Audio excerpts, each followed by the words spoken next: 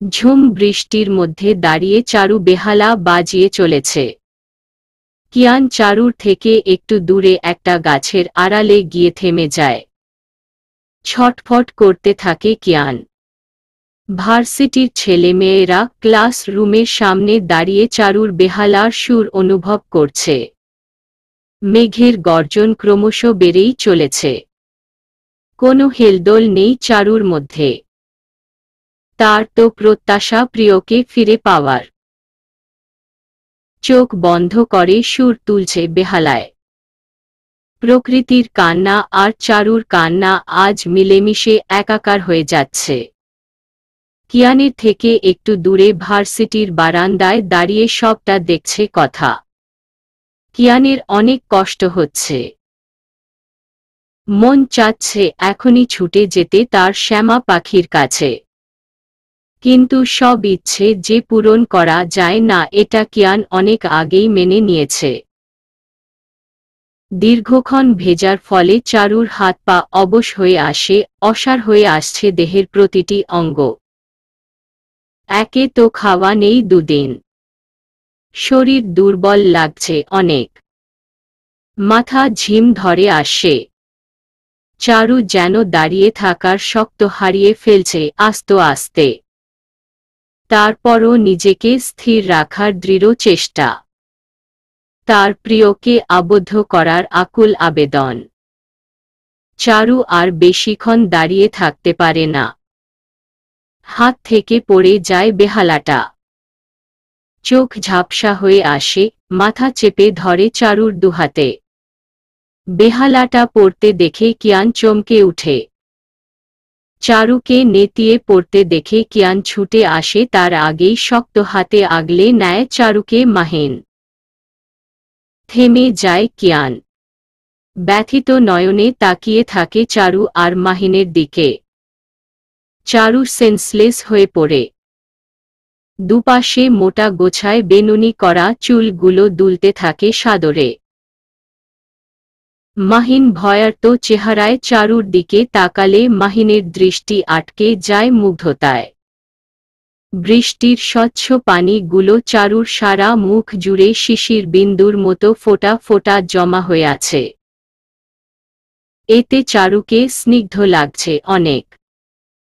চারুর মধ্যে এক অদ্ভুত মায়া কাজ করছে।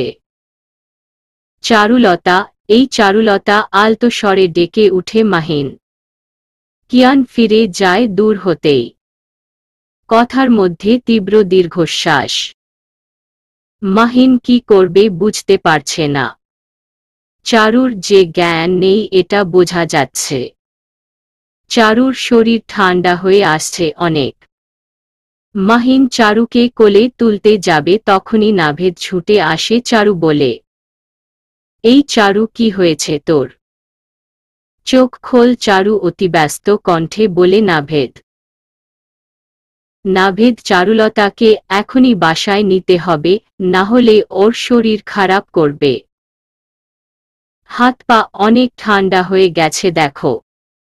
জি ভাইয়া, ওকে এখনই নিয়ে যাচ্ছি। কিন্তু কিভাবে নিয়ে যাব এখন আমি ওকে? বৃষ্টির মধ্যে কোনো গাড়ি তো পাবো না। নাভেদের কথা শেষ হতেই মাহিন বলে, আমি রেখে আসছি চলো। তাছাড়া চারুলতার এমন অবস্থা, ওকে তো আমি একা ছাড়তামও না। এরপর নাভেদ চারুকে নিয়ে যায়। মাহিন চারুর বেহালাটা নিয়ে গাড়িতে বসে। চারুর শরীর পুড়ে যাচ্ছে জ্বরে। একই শুধু শরীরের জ্বর, ভেতরটাও তো পুড়ছে সে একইভাবে প্রিয়র জ্বরে। নাভেদ, নেহারুন নেছা, সামাদ ইহসান, ছানোয়ার ইহসান সবাই উপস্থিত আছেন চারুর ঘরে। নেহারুন নেছা কান্না করেই যাচ্ছেন আর চারুর মাথায় পানিপট্টি দিচ্ছে। নাভেদ চিন্তিত হয়ে খাটের সাথে হেলান দিয়ে দাঁড়িয়ে।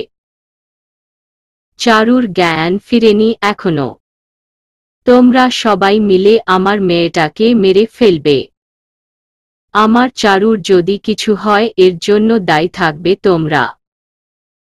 কি করে পারো এতটা নির্দয় হতে? এত কষ্ট দিতে একটা মেয়েকে? আর কত কষ্ট পেতে হবে ওকে? ও কি কখনোই সুখের মুখ দেখবে না? বিরহের অনলে পুড়ে পুড়ে মরছে মেয়েটা আমার।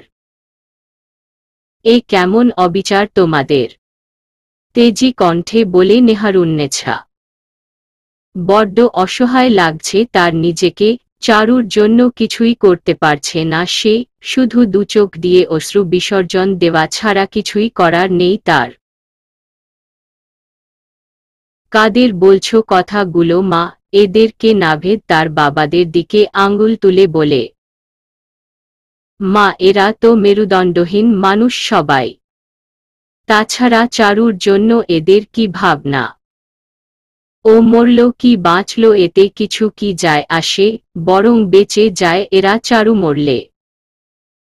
নাভেদের কথা শেষ হতেই সামাদ ইহসান চিৎকার করে নাভেদ বলে উঠে। কিন্তু এতে নাভেদের মধ্যে কোনো পরিবর্তন আসে না, বরং আরো রাগী গলায় বলে, ভুল কি বললাম ছোট চাচ্চু? চারু চলে গেলে তো তোমাদের সুবিধা হয়। আমার সত্যি আজ করুণা হচ্ছে তোমাকে দেখে ছোট চাচ্চু। তুমি নাকি বাবা, কি করে পারছো নিজের মেয়ের এমন অবস্থা দেখে স্থির থাকতে? আসলে কি বলো তো, চারুর কোনো মূল্য তোমার কাছে কখনোই ছিল না। শুধু দায়িত্ব রক্ষার্থে এতদিন লালন করে এসেছ, ভরণপোষণ দিয়ে এসেছ।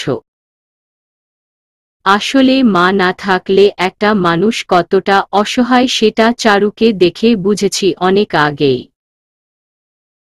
তোমার তো পরিবার আছে। তোমার আর কি? শুধু একা তো রয়ে গেছে এই মেয়েটা। আর যাকে সাথে নিয়ে বাঁচার অনুপ্রেরণা পেয়েছিল, ভালো থাকার চেষ্টা করত, আজ তাকেও তোমরা কেড়ে নিয়ে নিঃস্ব করে রাখলে। সামাদ ইহসান মাথা নিচু করে ফেলে। নাভেদের কথার জবাবে কিছু বলার নেই তার, বলবে কি করে? কোনো উত্তর বা কথা আছে নাকি তার কাছে যে সেটা দিয়ে জবাব দেবে? নাভেদ চারুর খেয়াল রাখো, আমি আসছি। আমি একজনের থেকে হিসাব নিয়ে আসি, কেন এমন করছে আজ তাকে বলতেই হবে। কেন চারুর কষ্টে তার হৃদয় কম্পিত হচ্ছে না সেটা জানতে হবে আমাকে। নেহারুন্নেছা চোখের পানি মুছে কিয়ানের ঘরের দিকে যায়। হয়েছে শান্তি তোর? খুব খুশি না তুই চারুর এমন অবস্থা দেখে? এটাই তো চেয়েছিলি তুই বা তোরা? মেয়েটা জ্ঞানহীন হয়ে পড়ে আছে কিয়ান। 4-5 ঘন্টা হতে আসলো এখনো জ্ঞান ফিরেনি। একটিবারে জন্য মেয়েটার কাছে যাওয়ার প্রয়োজন মনে করলি না? আচ্ছা কি দোষ করেছিল চারু বল আমায়? তোকে তো ভালোই বেসেছিল, শুধু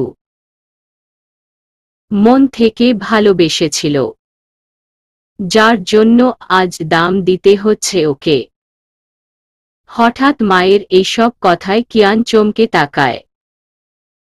এইসব কি বলছো মা তুমি? কণ্ঠে তার দুর্বলতা। কেন ভুল কি বললাম? জানিস আজ আমার নিজের জন্য নিজের আফসোস হচ্ছে, করুণা হচ্ছে। আমি যে তোর মতো একটা কুলাঙ্গারকে জন্ম দিয়েছে ভাবলেই না আমার মধ্যে ঘৃণা আসে। অসহায় কিয়ান, নীরব চোখের ভাষা, সংকীর্ণ মন, ধিক্কার নিজের প্রতি নিজের। এখনো সময় আছে কিয়ান। চারুর সাথে অন্যায় করিস না। আমি জানি তুই চারুকে ভালোবাসিস, চারু যেমন তার প্রিয়কে বুঝে, আমিও তেমন আমার সন্তানকে বুঝি। সব কিছু এখানেই শেষ কর কিয়ান। বাঁচতে দে মেয়েটা। এটা কি করে সম্ভব মা তুমি বলো? আহত কণ্ঠস্বর কিয়ানের। নেহারুন্নেছার চোখ মুখে আশাহতের বিষাদ। তোমরা কেন কথার দিকটা একবারও ভাবছ না? ওর কি হবে বলতে পারো?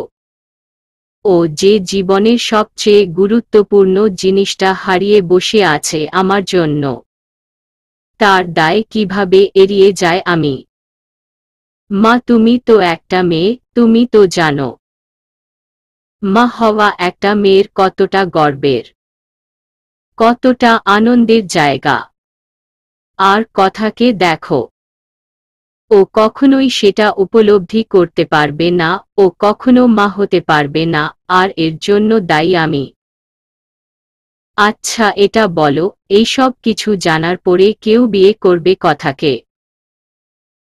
একটা মেয়ে যদি মা না হতে পারে তাহলে কে গ্রহণ করবে তাকে? তুই নিজেকে কেন দায়ী করছিস কিয়ান? এখানে তোর কি দোষ? তুই তো ইচ্ছে করে কিছু করিসনি, ওইটা একটা দুর্ঘটনা ছিল, আর দুর্ঘটনা যে কোনো কারো থেকে হতে পারে। সবাই তোর উপর দোষ চাপিয়ে দিল এই তো, আর তুই দোষী হয়ে যাস না। এর জন্য তোকে ভুগতে হবে কেন? হ্যাঁ মা, দুর্ঘটনা যে কারো থেকে হতে পারে, আর তেমন আমার থেকেও হয়েছে। আমার জন্য কথার জীবনে এত বড় অপূর্ণতা এসেছে, সেটা আমি কিভাবে এড়িয়ে যাব? কি করে মেনে নেব আমার জন্য একটা মেয়ের জীবনে এত বড় ক্ষতি? কথা আমার দায়িত্ব হয়ে দাঁড়িয়েছে মা, যেটা এড়িয়ে যাওয়ার ক্ষমতা আমার নেই। আসুন, কি হয়েছিল আসলে সেদিন জেনে নিই। কথা আর নাভেদ একই বয়সের। বয়স তখন তাদের ৮ কি ৯। নাভেদের সাথে কথার ঝামেলা লেগেই থাকত সব সময়। দুজন দুজনকে সহ্য করতে পারত না। চারুর সাথে নাভেদের সম্পর্কটা বরাবরই অনেক ভালো। নাভেদ সব সময় কথাকে বিরক্ত করার জন্য কথার সব জিনিস এলোমেলো করে দিত, আবার লুকিয়ে অনেক জিনিস নিয়েও রাখত।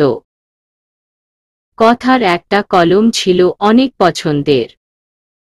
কথা ছোট থেকে পড়াশোনায় অনেক ভালো। পরীক্ষায় ভালো রেজাল্ট করার সামাদ ইহসান কথাকে একটা ভালো কলম নিয়ে এসে দেয়, আর কলমটা কথার অনেক পছন্দ হয়।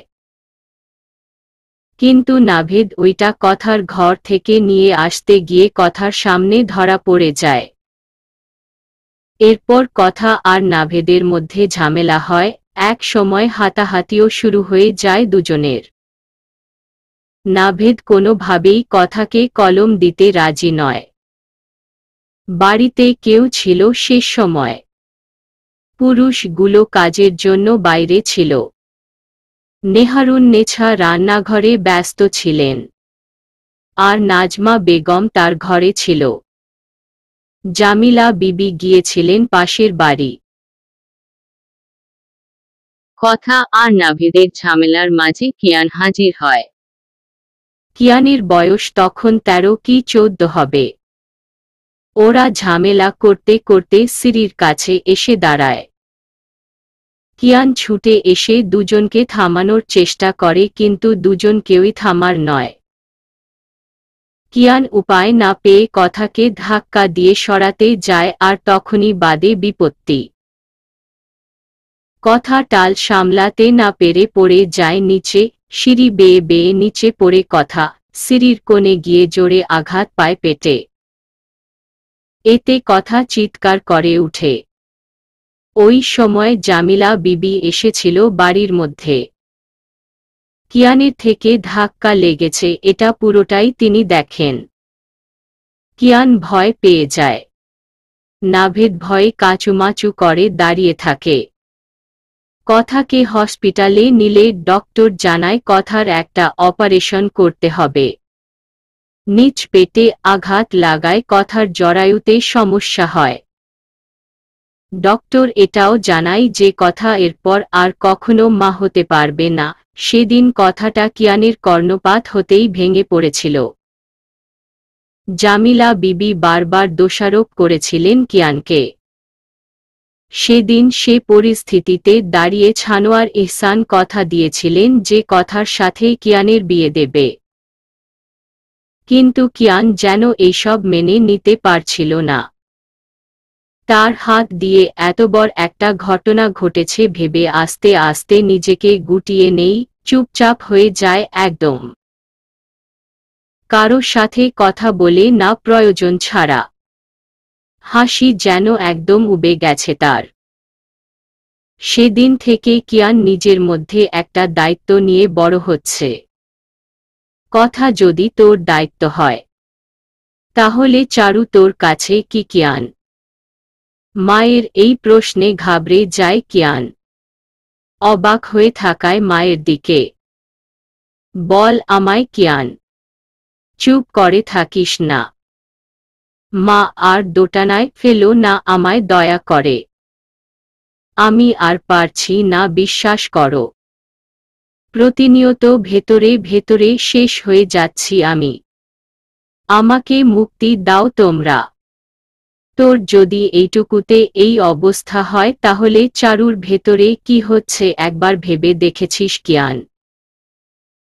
যে মেয়েটা ছোট থেকে একটা স্বপ্ন লালন করে বড় হয়েছে, আজ তার সে স্বপ্ন দুঃস্বপ্নতে পরিণত হয়ে যাচ্ছে। ও তো মরে গেছে অনেক আগেই, শুধু শরীরটাই পড়ে আছে নিঃশ্বাস বহন করতে। যেদিন ওইটাও শেষ হয়ে যাবে সেদিন আমাকেও আর পাবি না তোরা। আমিও মুক্তি দিয়ে যাব তোদের। তুই তোর দায়িত্ব পালনে অটুট থাক, তবে এমনটা না হয় কিয়ান। একজনকে বাঁচাতে গিয়ে আরেকজনের প্রাণ নাশের কারণ হয়ে দাঁড়াতে হয়। কথাটা বলে নেহারুন্নেছা বেরিয়ে যায়। মরে তো আমিও গেছি কবেই মা। বেঁচে তো আছি শুধু দায়িত্বের বেড়াজালে আটকে। কথাটা বলে একটা দীর্ঘশ্বাস ছাড়ে কিয়ান।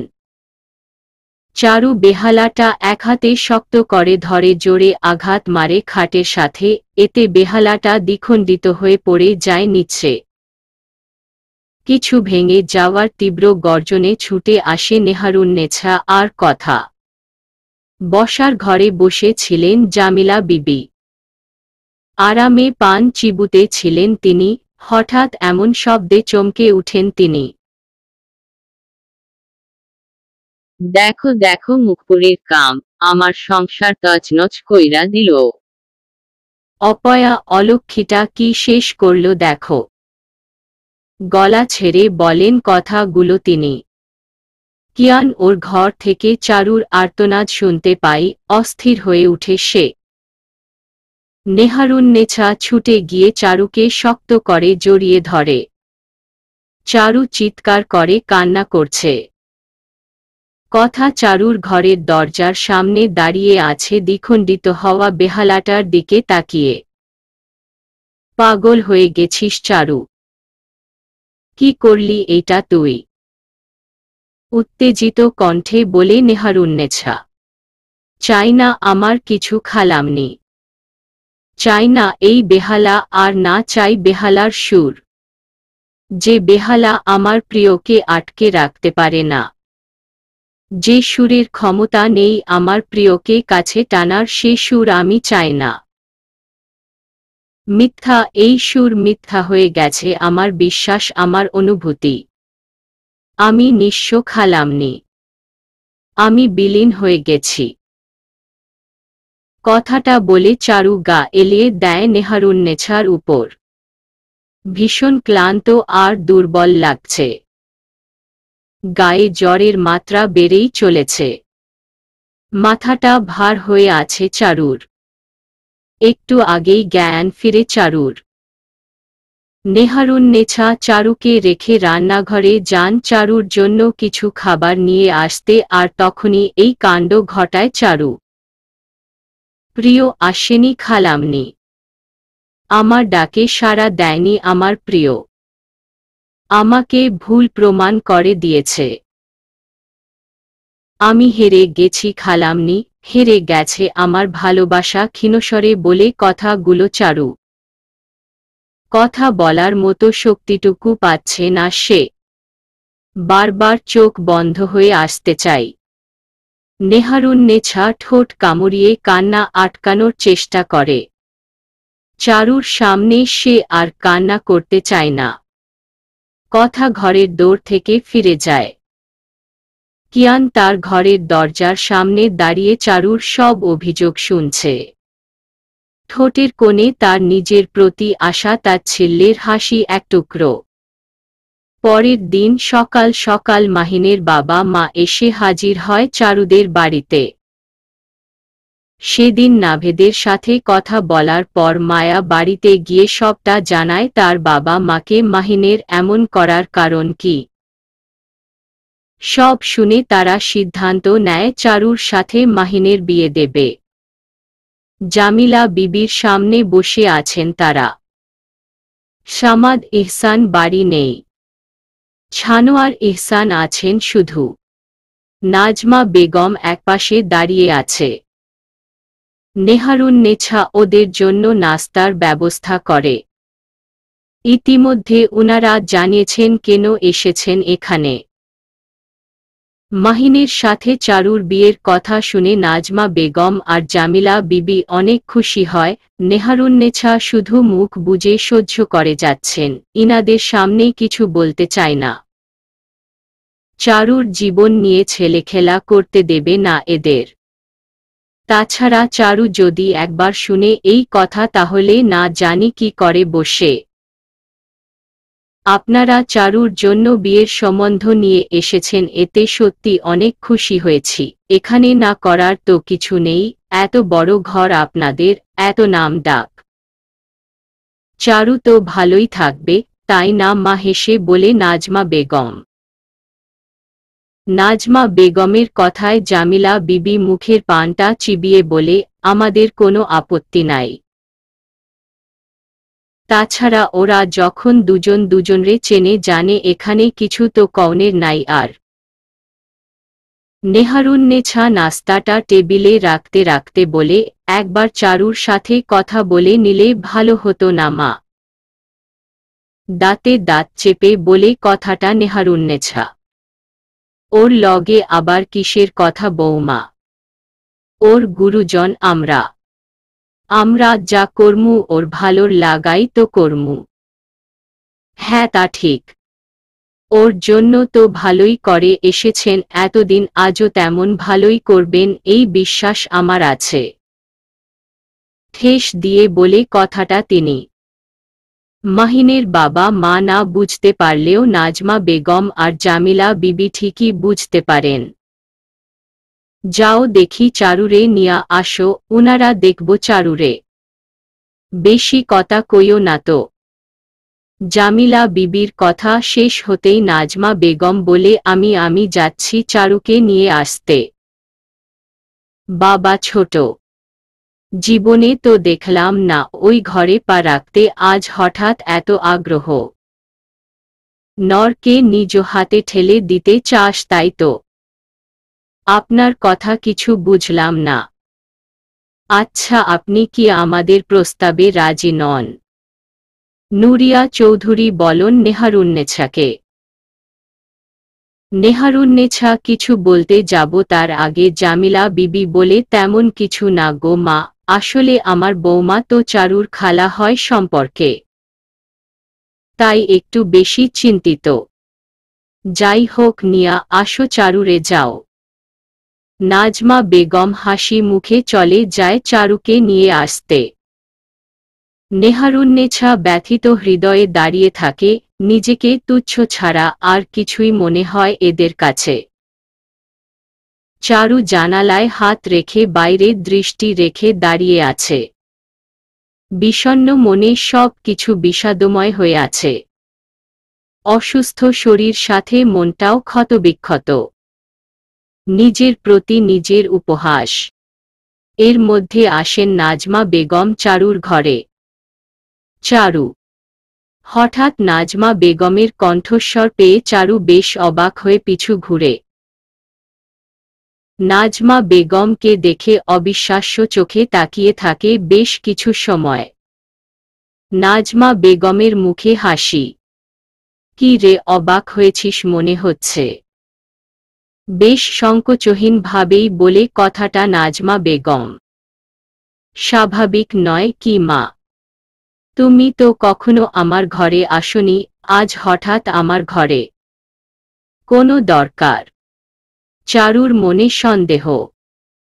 কেন, আমি কি কারণ ছাড়া আসতে পারি না? হ্যাঁ, এটা ঠিক, আমি তোকে কখনো মেয়ে ভাবিনি। তোকে ভালোবাসিনি, তাই বলে আমি এতটাও খারাপ না যতটা তুই মনে করিস। না গো, তোমাকে খারাপ মনে করার সাধ্যি কোথায় আমার? বলো না, কি বলবে? চারুর কথায় ভরসা পায় নাজমা বেগম। তাই কণ্ঠে ন্যাকা কান্না নিয়ে এসে বলে, চারু, আমি তোর কাছে কখনো কিছু চাইনি, আজ আমি মা হয়ে তোর কাছে হাত জোর করে বলছি, নিচে তোর জন্য যে বিয়ের সম্বন্ধ এসেছে তাতে রাজি হয়ে যা। কিয়ান আর কথার মাঝে থেকে দূরে চলে যা মা। চমকে উঠে চারু। হতবিহ্বল হয়ে তাকিয়ে থাকে নাজমা বেগমের দিকে। চারুর আর বুঝতে বাকি নেই নাজমা বেগমের আগমনের কারণ। চারু মুখেই কিছু বলে না, অনেকটা দুঃখ কষ্ট নিজের মধ্যে গিলতে থাকে। আমি জানি আমি তোর কাছে কিছু চাওয়ার যোগ্যতা রাখি না, তারপরও আমি আজ মা হয়ে তোর কাছে অনুরোধ করছি চারু, তুই মাহিনকে বিয়ে করতে রাজি হয়ে যা। গায়ক মশাই এসেছে বিয়ের প্রস্তাব নিয়ে। কৌতূহল নিয়ে বলে চারু। মাহিনের বাবা মা এসেছে উনার ছেলের সাথে তোর বিয়ের সম্বন্ধ নিয়ে। নাজমা বেগমের কথায় চারু ছোট করে ওহ বলে শুধু। কি রে চারু, রাখবি না আমার কথাটা? আদেশের সুরে বলেন তিনি। কেন রাখব না মা? এই প্রথম তুমি মুখ ফুটে কিছু চেয়েছ আমার থেকে, আর সেটা পূরণ করব না তা কখনো হয় নাকি? সবার জন্য তো সব কিছু করলাম, এবার না হয় তোমার জন্যও কিছু করে গেলাম। চারুর এই রহস্যময়ী কথার মানে বোঝার ক্ষমতা নাজমা বেগমের নেই। চারুর কথায় তিনি বেশ সন্তুষ্ট হয়ে চারুর মাথায় হাত রেখে বলে, আমি জানতাম তুই আমার কথা ফেলতে পারবি না। আয় তবে রেডি হয়ে কেমন? নিচে উনারা অপেক্ষা করছে। কথাটা বলে নাজমা বেগম বেশ গদগদ হয়ে বেরিয়ে যায়। নাজমা বেগম যেতেই চারুর মুখে হাসি, উপহাস, তাচ্ছিল্য মিলেমিশে একাকার। ঠোঁটে হাসির রেশ, কিন্তু আঁখি অশ্রুসিক্ত। একটু পর নিচে নামে চারু। নিজের কোনো পরিবর্তন করেনি সে। চারুকে দেখে নেহারুন্নেছা চারুর কাছে এগিয়ে যায়। তুই এইসব নিয়ে একদম ভাববি না চারু। এমন কোনো কিছুই কথা শেষ করার আগেই চারু নেহারুন্নেছার হাতে হাত রেখে চোখ দিয়ে ইশারা করে আশ্বস্ত করে বোঝায় যে সে ঠিক আছে। নেহারুন্নেছা অবাক চোখে তাকায় চারুর দিকে। কৌতূহল, বিস্ময়, বিরহ সব কিছু বিদ্যমান নেহারুন্নেছার মধ্যে। চারু আসলেই কি করতে চাইছে বুঝে উঠেন না তিনি। আরে চারু, আয় মা, ন্যাকা কণ্ঠে বলে উঠে নাজমা বেগম। নাজমা বেগমের কথায় নুরিয়া চৌধুরী চারুর দিকে তাকিয়ে মুচকি হেসে বলে, তুমি চারু? মাশাআল্লাহ, অনেক সুন্দর দেখতে। কি গো বলো? মাহিনের বাবা মাহবুব চৌধুরীর দিকে তাকিয়ে বলেন তিনি। মাহবুব চৌধুরী মৃদু হেসে মাথা ঝাঁকিয়ে হ্যাঁ বলে। চারু সালাম দেয় ওদের। নেহারুন্নেছা কিংকর্তব্যবিমূঢ় হয়ে দাঁড়িয়ে দেখছে শুধু সবটা। শোন, মুখকথাটা বলতে গিয়ে জামিলা বিবি থেমে যায়। মাহিনের বাবা মায়ের দিকে তাকিয়ে হাসার চেষ্টা করে বলে, শোন চারু, উনারা তোর বিয়ার লাইগা আসছে বুঝছস। বড় বৌমা, কই তোর নাকি মতামত নিয়ন লাগব? এখন তুই বল দেহি কি বলছস? জামিলা বিবির কথায় চারু একটা দীর্ঘশ্বাস ছেড়ে বলে, আমি আর কি বলবো দাদি। তোমরা যেটা ভালো মনে করো সেটাই করো, এখানে আমার তো কিছু বলার নেই। চারুর কথা শুনে নেহারুন্নেছা অবাক হয়ে চারু বলে উঠে। চারু মুচকি হেসে নেহারুন্নেছার দিকে তাকিয়ে বলে, ভুল কিছু বললাম খালামনি? নেহারুন্নেছা হতবাক। উপরে কিয়ান দাঁড়িয়ে সবটা দেখতে ছিল। চারু বিয়েতে রাজি শুনে কিয়ানে ছোট করে একটা দীর্ঘশ্বাস ফেলে। চারু কিয়ানের দিকে তাকিয়ে ঠোঁট এলিয়ে দেয়। এই হাসির মানে কিয়ানের বোধগম্য হয় না। এটা তোমরা কি করলে মা? আমার মতামত না নিয়ে তোমরা চারুলতার বাড়ি চলে গেলে বিয়ের প্রস্তাব নিয়ে। আমাকে একবার জানানোর প্রয়োজন মনে করলে না? চারুলতার মনের অবস্থা ভালো না, ও অনেক আপসেট হয়ে আছে, আর এর মধ্যে তোমরা কথাটা বলতেই মাথা নিচু করে বসে পড়ে মাহিন। মাহিন জানতো না তার বাবা মা তার জন্য বিয়ের প্রস্তাব নিয়ে চারুদের বাড়িতে গেছে। মায়ার থেকে সব শুনে ভীষণ চিন্তায় পড়ে যায় মাহিন। এরপর বাবা মা বাড়ি ফিরলে কথাগুলো বলে তাদের, আমরা যা করেছি ঠিক করেছি মাহিন। তুমি আমার একমাত্র সন্তান। তুমি একটা মেয়ের জন্য কষ্ট পাবে, ঘরবন্দি হয়ে বসে থাকবে, আমরা বাবা মা হয়ে সেটা কখনোই সহ্য করতে পারবো না। আমরা চাই তুমি সুখী থাকো সব সময়। তাই তোমার ভালোর জন্য যেটা করা দরকার আমরা সেটাই করেছি। অভিমানী স্বরে বলেন নুরিয়া চৌধুরী কথাগুলো। মায়ের কথায় মাহিন অসহায় ভাবে বলে, কিন্তু মা, চারুলতা তো আমাকে চাই না। ওর তো মন প্রাণ জুড়ে আরেকজন আছে। কে বলেছে চারু চাই না? চারু নিজ মুখে বলেছে সে এই বিয়েতে রাজি। বাবার কথায় মাহিন অবিশ্বাস্য চোখে তাকিয়ে বলে, কি তোমরা ঠিক বলছো বাবা? চারুলতা বিয়েতে মত দিয়েছে? ভীষণ উত্তেজনা মাহিনের মধ্যে। হ্যাঁ রে বাবা। আমরা মিথ্যা বলতে যাব কেন তোকে? চারু সত্যি বিয়েতে মত দিয়েছে।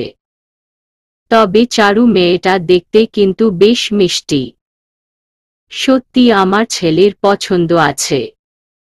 মায়ের কথায় মাহিন কিছুটা লজ্জা পায়, কিন্তু মনের মধ্যে খটকা থেকেই যায়। মাহিন চারু সম্পর্কে যা শুনেছে, তার প্রিয়র প্রতি যে অনুভূতি মাহিন চারুর চোখে দেখেছে, সেটা এত তাড়াতাড়ি কিভাবে শেষ হয়ে যেতে পারে? মাহিন ভাবে সে চারুলতার সাথে একবার সামনাসামনি কথা বলে নেবে। সত্যি কি চারু চাই এই বিয়েটা হোক, নাকি অন্য কিছু আছে? মাহিন চায় না চারুর মনের বিরুদ্ধে গিয়ে কিছু করতে। যতই ভালোবাসা থাক না কেন, ভালোবাসার মানুষটাকে ভালো রাখার দায়িত্বটা আগে। মায়া, তোমার পরিবার হঠাৎ এমন একটা সিদ্ধান্ত কেন নিল? কোনো কিছু না বলে না বুঝে কেন বিয়ের প্রস্তাব নিয়ে আমাদের বাড়ি গিয়েছিল? তুমি জানো চারুর মন মানসিকতা এখন ভালো নেই। আর এর মধ্যে তোমার বাড়ি থেকে বিয়ের প্রস্তাব নিয়ে গেছে। রেগে বলে কথাটা নাভেদ। মায়া ভার্সিটির ক্লাসের সামনে দাঁড়িয়ে ছিল, আর তখনই নাভেদ আসে। তুমি আমার সাথে এমন বিহেভ করছো কেন নাভেদ? তাছাড়া আমার বাড়ির মানুষ তো অন্যায় কিছু করেনি। চারুকে আমার ভাইয়া ভালোবাসে। তাই আমার বাবা মা চারুকে তাদের ছেলের জন্য পছন্দ করেছেন। ব্যাস, সাবলীলভাবে বলে মায়া। তোমার কোনো ধারণা আছে চারু সম্পর্কে? জানো চারু তার প্রিয়কে কতটা ভালোবাসে? ও নিজের জীবন দিয়ে দেবে, তাও অন্য কাউকে তার জীবনে জায়গা দেবে না। আর 5টা ভালোবাসার মতো চারুর ভালোবাসা নয়, ওর অনুভূতি অনেক গভীর। ওর প্রিয়র প্রতি প্রেম অনেক গাঢ়। যদি তাই হতো, তাহলে চারু আমার ভাইয়াকে বিয়ে করতে রাজি হতো না। তাছাড়া তোমার ভাইয়া তো শুনলাম কথাকে বিয়ে করছে। চারুর অনুভূতির কোনো দাম দিয়েছে। এর থেকে ভালো চারু আমার ভাইয়াকে বিয়ে করুক। অনেক ভালো থাকবে চারু আমার ভাইয়ার সাথে। আমার ভাইয়ার ভালোবাসাকে এতটা ঠুনকো করে দেখো না নাভেদ। মায়া রেগে যায় নাভেদের কথায়। চারু যে কেন এমন একটা কাজ করল এটা আমিও বুঝতে পারছি না। তবে চারু যে মন থেকে কিছু করছে না এটা ভালো করে জানি। তোমাদের উচিত হয়নি এইভাবে বিয়ের প্রস্তাব নিয়ে যাওয়া। অন্তত আমাকে আগে জানাতে পারতে তুমি। আমি সব জেনেই বাসায় বলেছি। সেদিন তোমাকে এই জন্যই ডেকেছিলাম আমি। ক্ষীণ কণ্ঠে বলে মায়া। এর মানে এইসব কাজ তোমার? তুমি না জেনে না বুঝে এত বড় একটা কাজ কিভাবে করতে পারলে? দেখো মায়া, তোমরা যা করেছ এর ফল ভালো হবে না। চারুর যদি এবার কিছু হয়, ও যদি কোনো ভুল সিদ্ধান্ত নেই, তাহলে আমি তোমাকে কখনো ক্ষমা করব না বলে রাখছি। কথাগুলো বলে নাভেদ চলে যায় রাগ দেখিয়ে। মায়া করুণ চোখে তাকিয়ে থাকে। চারু মাহিন আর কথা কিয়ানের বিয়ের দিন করা হয় একদিনেই। প্রথমে মাহিনের বাবা মা দ্বিমত পোষণ করলেও পরে রাজি হয়ে যায়। চারু ঘর থেকে বের হওয়া একদম বন্ধ করে দেয়। কারো সাথে কথা বলে না। নেহারুন্নেছা চারুর উপর অভিমান করে আছেন সেদিনের পর থেকে। কারণ নেহারুন্নেছা অনেকবার জিজ্ঞেস করার পরও চারু কিছু বলেনি।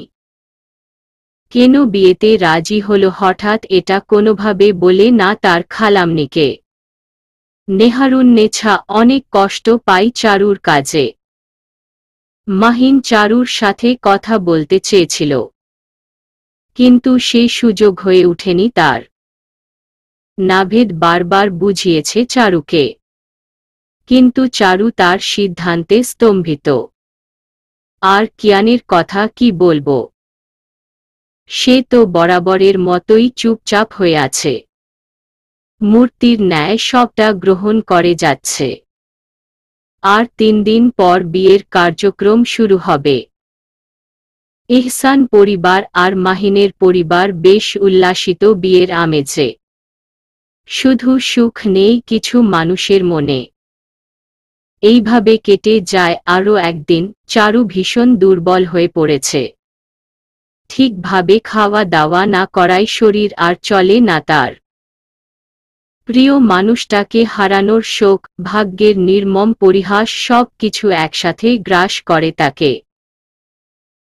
রাত প্রায় 1টা কি 2টা। চারু একটা ধারালো ব্লেড হাতে নিয়ে গভীর দৃষ্টি নিক্ষেপ করে আছে সেদিকে। মুখে তার প্রাপ্তির হাসি। তুমি ভালো থেকো প্রিয়।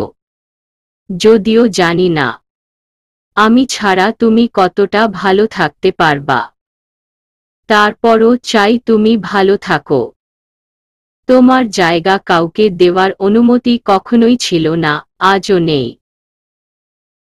আর আমি চাই না আমার প্রিয়র জন্য তৈরি করা এতদিনের বাসনা, স্বপ্ন, আকাঙ্ক্ষা সব কিছু শেষ হয়ে আরেকজনের জায়গা আমার হৃদয়ে স্থাপিত হোক।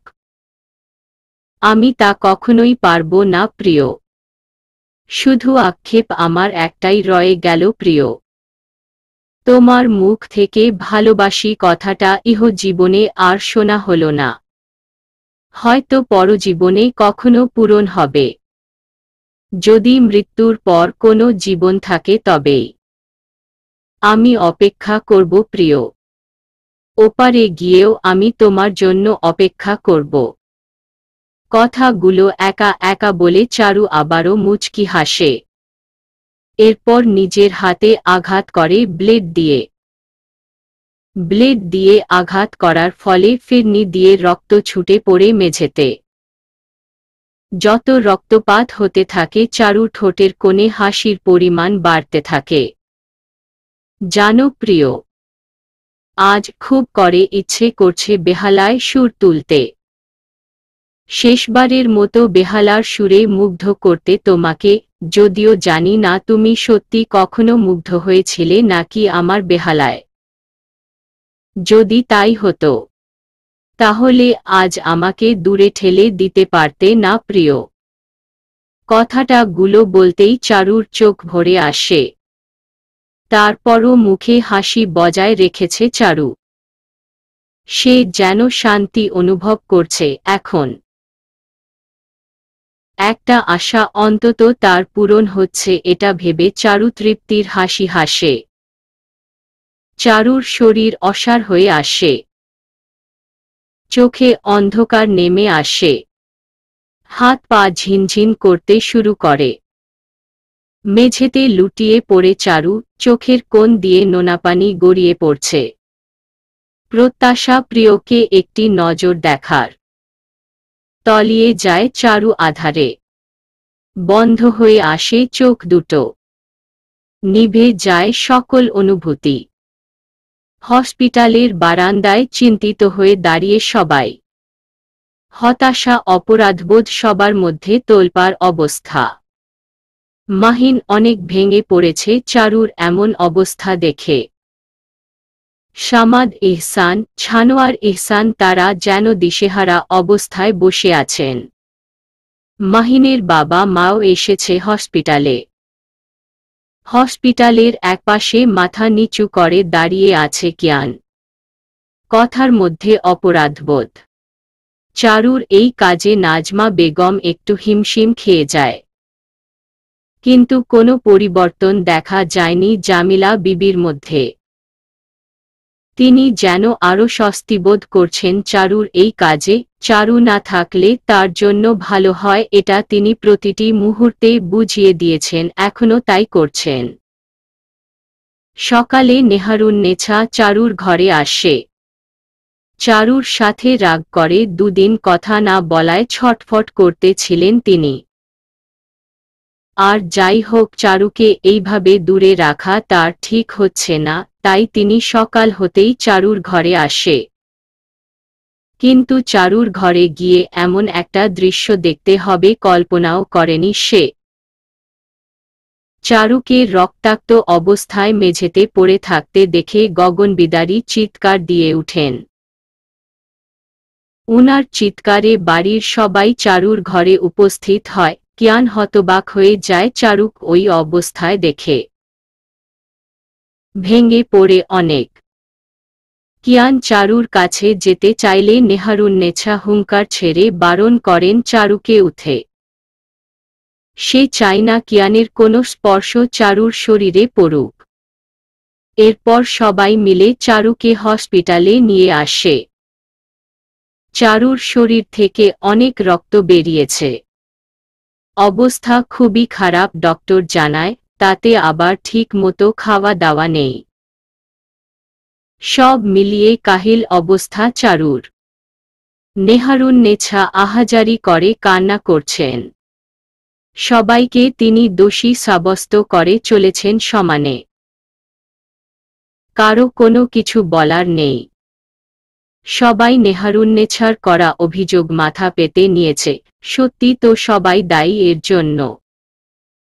কিয়ান আগের থেকে আরও গম্ভীর আর অনুভূতিহীন হয়ে পড়েছে। নাভেদ ছোটাছুটি করছে চারুর ওষুধপত্র আর রক্ত নিয়ে আসার কাজে। অনেক রক্তের প্রয়োজন পড়ছে চারুর। আমি বলেছিলাম মা, তোমরা কাজটা ঠিক করনি। চারুলতার সাথে আমার বিয়ের প্রস্তাব না নিয়ে গেলেই পারতে। চারুলতা কখনোই মানবে না সেটা। ও তো কিয়ানকে ভালোবাসে মা, অনেক ভালোবাসে ওর প্রিয়কে। কিন্তু ওর ভালোবাসার মূল্য ওই মানুষটা দিতে পারেনি। চারু জীবন দিয়ে তার ভালোবাসার প্রমাণ দিয়ে গেল, এরপরও কোনো হেলদোল নেই এই মানুষটার মধ্যে। কিয়ানকে উদ্দেশ্য করে বলে মাহিন। কিয়ানের উপর অনেক রাগ হচ্ছে মাহিনের। এমন একটা মানুষকে চারু ভালোবেসে এসেছে ভাবতেই অবাক হয় মাহিন। কিয়ান সবার অভিযোগ নিয়ে দাঁড়িয়ে আছে। কিছু বলার নাই তার, যা বলার এবার তো তার শ্যামা পাখিকে বলতে হবে। এমন একটা কাজ করার সাহস কিভাবে পেল এর উত্তরও তার শ্যামা পাখিকে দিতে হবে। গভীর রাত। হসপিটালে আছে নাভেদ, কথা, কিয়ান, মাহিন। বড়দের বাড়ি পাঠিয়ে দেই তারা বুঝিয়ে।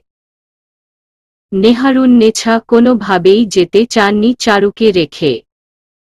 কিন্তু নাভেদ অনেক কষ্টে বুঝিয়ে সুঝিয়ে পাঠিয়ে দেই তাকে।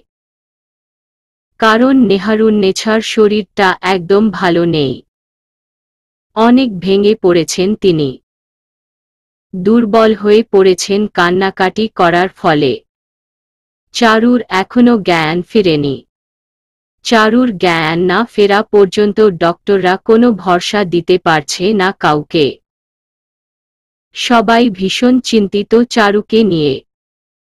সারা দিন ছোটাছুটির ফলে নাভেদ অনেক ক্লান্ত। হসপিটালের বেঞ্চে মাথা ঠেকিয়ে চোখ বন্ধ করে থাকে। কিছুক্ষণের মধ্যে চোখ আটকে আসে ঘুমে। মাহিন দেয়ালের সাথে মাথা ঠেকিয়ে চোখ বন্ধ করে আছে। জেগে আছে শুধু কথা আর কিয়ান। কিয়ান সকাল থেকে একইভাবে দাঁড়িয়ে আছে একই জায়গায়। কথা বারবার তাকায় কিয়ানের দিকে। কিয়ানকে কিছু বলার সাহস পাচ্ছে না কথা। কিয়ানেফ গম্ভীর মুখ দেখেই কথা ভয় পেয়ে যায়।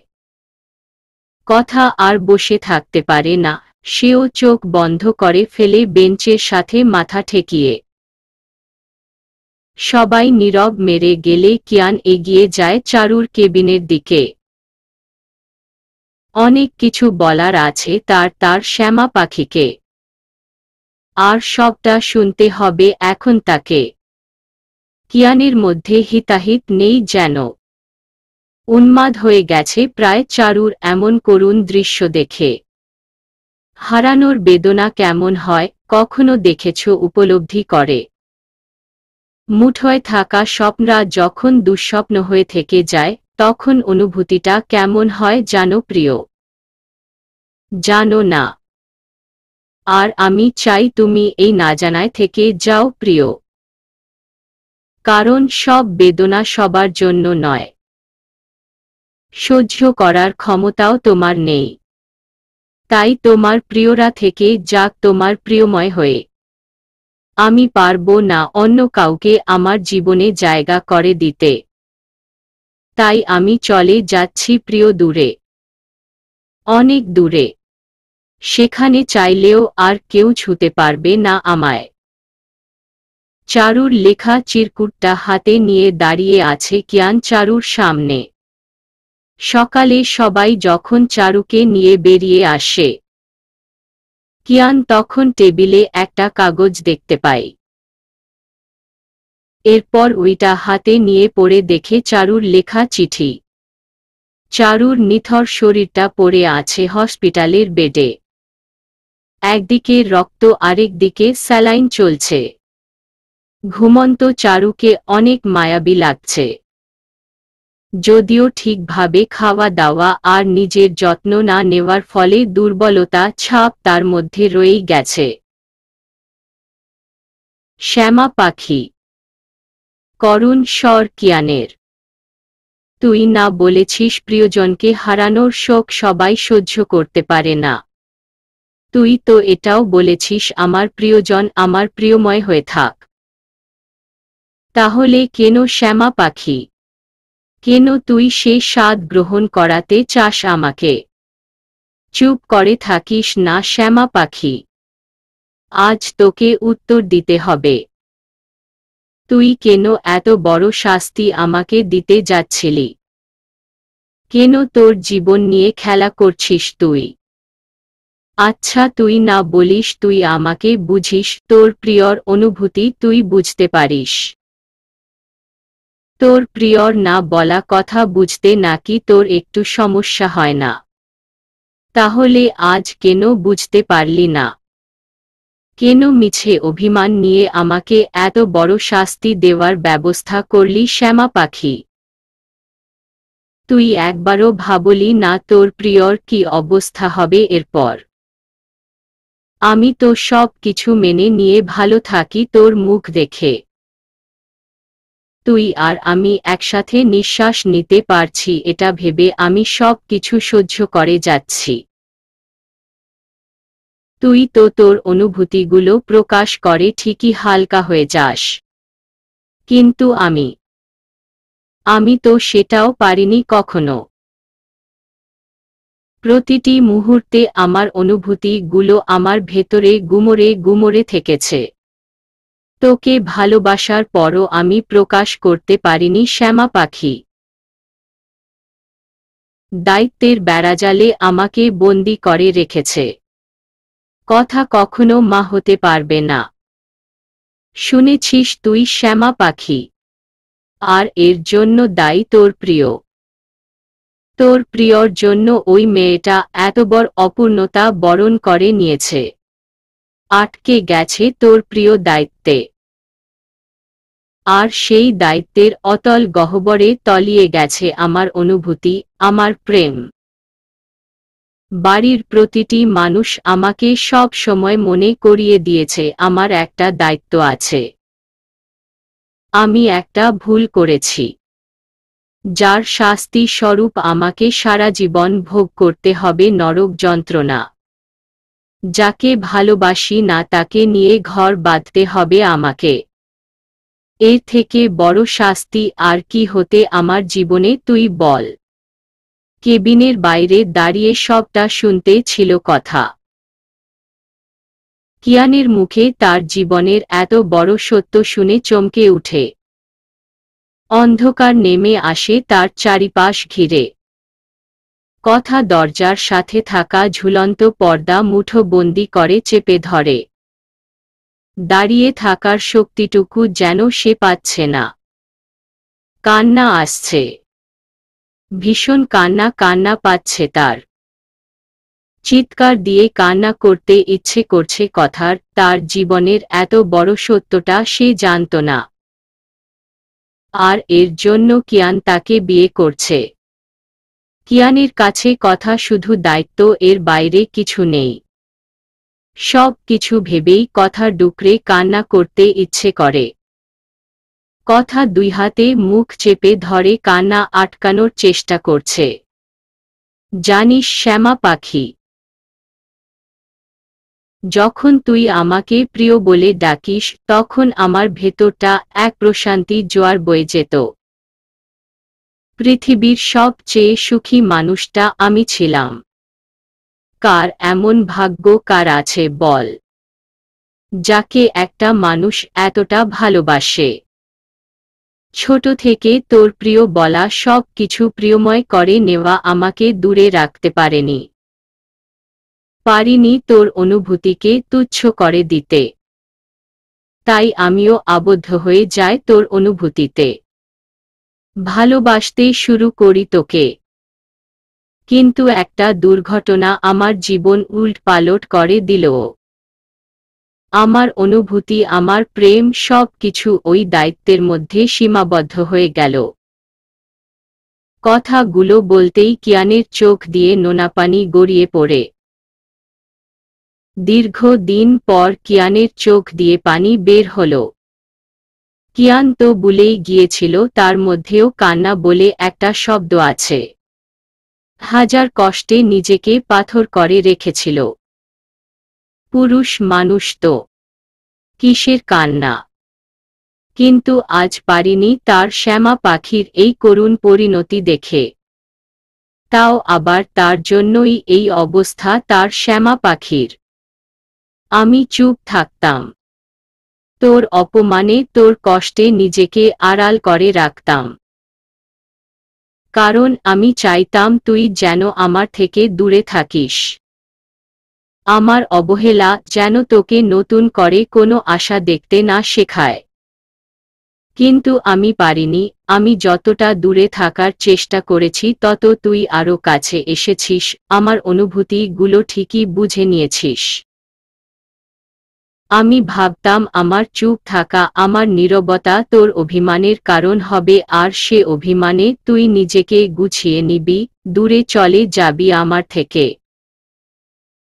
কিন্তু না, আমার ভাবনা, আমার ধারণা দিনের পর দিন ভুল প্রমাণ করে গিয়েছিস। তোর প্রতি আমার ভালোবাসা ঠিকই খুঁজে নিয়েছিস, তাহলে আজ কেন পারলি না শ্যামা পাখি? কেন অবুঝ হয়ে গেলি? কেন তোর প্রিয়কে দোষী প্রমাণ করলি? আমি তো ভালো নেই শ্যামা পাখি। তোকে ছাড়া কখনোই ভালো থাকব না। আমার না বলা যত কথা আমি ডায়েরির পাতায় জমা করে এসেছি এতদিন, পারিনি প্রকাশ করতে। আজ তোকে বলছি আমি ভালোবাসি তোকে শ্যামা পাখি।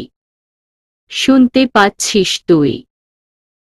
ভালোবাসি তোকে, অনেক ভালোবাসি। শুনতে পাচ্ছিস না তাই না? আর কখনো শুনতে পাবিও না, আর এটাই হবে তোর শাস্তি। তুই যেটা করেছিস, যে আঘাত আমাকে দিয়েছিস আজ, এর জন্য শাস্তি তোকে পেতে হবে। কখনো বলবো না ভালোবাসি তোকে। কিয়ানের চোখ দিয়ে অঝরে পানি পড়ছে।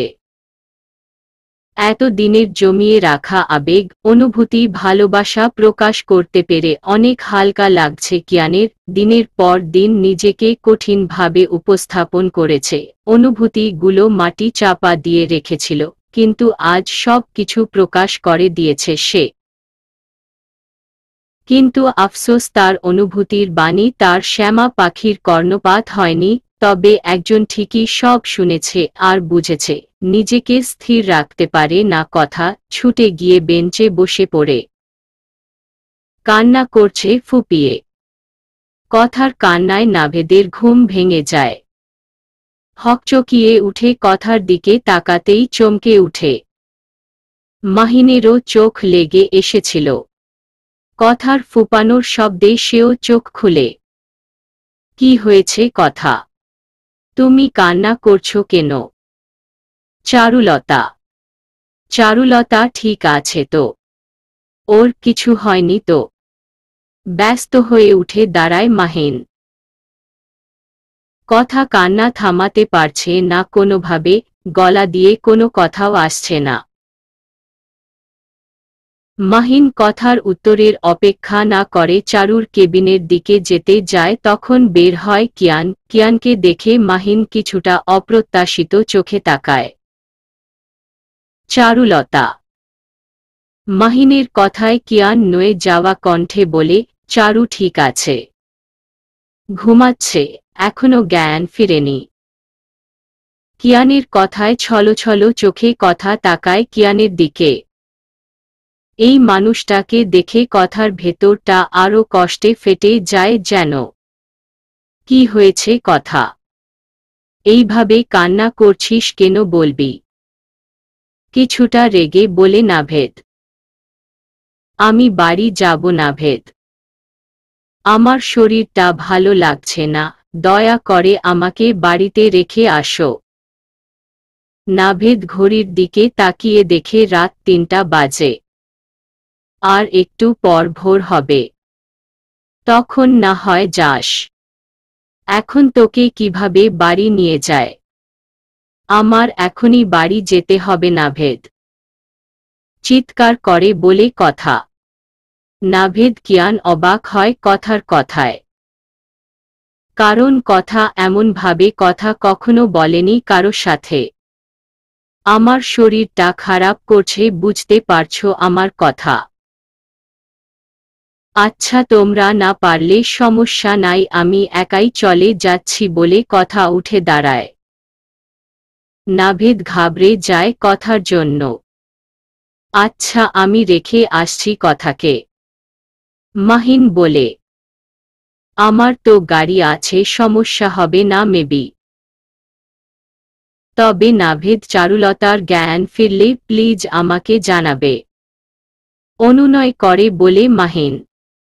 নাভেদ মাথা নাড়িয়ে হ্যাঁ বলে। এরপর মাহিন নিয়ে যায় কথাকে।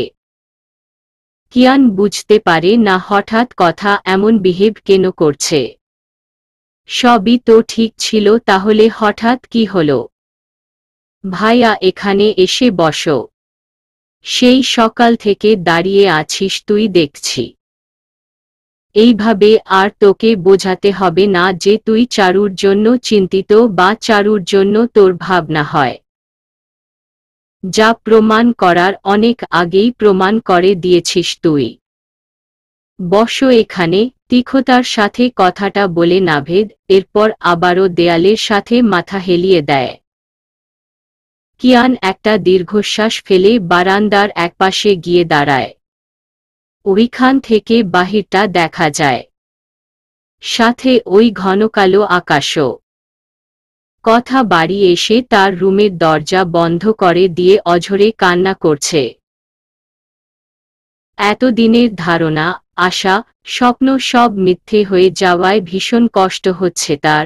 এতদিন যে মানুষটাকে তার ভেবে এসেছে আসলে সে মানুষটা তার ছিলই না কখনো। চারু ঠিক ছিল। চারুর অনুভূতিগুলো দৃঢ় ছিল। মাহিন কথাকে রেখে আবারও হসপিটালে চলে যায়। কথার হঠাৎ মনে পড়ে কিয়ানের ডায়েরিটার কথা। কথা চোখ মুছে নিজেকে স্বাভাবিক করে কিয়ানের রুমের দিকে যায়। আজ ডায়েরিটা দেখতেই হবে তাকে। কিয়ানের ঘরে প্রবেশ করতেই কথা খুব সহজেই একটা ডায়েরি দেখতে পায়। কারণ কিয়ানের বন্ধ ঘরে ওইটাই ছিল একমাত্র সঙ্গী। চারুর জন্য লুকিয়ে রাখত, কারণ চারু ছাড়া তার ঘরে কেউ হুটহাট আসার সাহস পেত না। এখন তো চারুও আর আসে না, তাই কিয়ান ওইটা সামনেই রেখে দেয়। প্রেম প্রেয়সীর অনুভূতি সুন্দরভাবে আর্ট করে লেখা ডায়েরির উপর।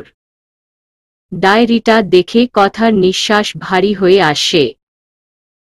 নিজেকে সামলে নিয়ে ডায়েরিটা খুলতেই প্রথম পাতায় চারুর সুন্দর হাস্যজ্জ্বল একটা ছবি দেখতে পাই, যেটা কিয়ান অনেক যত্নে নিজের কাছে রেখেছে এতদিন।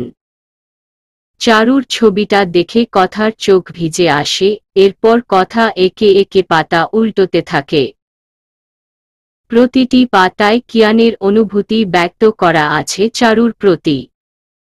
শ্যামা পাখি, তুই কেন এত ভালোবাসিস আমায়? তোর ভালোবাসার যোগ্য তো আমি নয়। আমি তোকে কষ্ট ছাড়া কখনোই কিছু দিতে পারিনি, আর না কখনো পারব। আমি যে দায়িত্বে আবদ্ধ শ্যামা পাখি, তোর প্রিয় যে তার মধ্যে নেই। তার চাওয়া পাওয়া তার হাতে নেই। অন্যের জীবন সাজাতে গিয়ে আজ আমার স্বপ্ন আশা সব জলাঞ্জলি দিতে হচ্ছে। তোকে ভালোবাসার পরও পারি না সেটা বোঝাতে। আমি বড় অসহায় শ্যামা পাখি, বড্ড অসহায় আমি। এরপরও কেন এত ভরসা করিস আমাকে? কেন ভালোবাসা গুলো খুঁজে নিস আমার মধ্যে? একটা পৃষ্ঠায় এসে কথার চোখ আটকে যায়।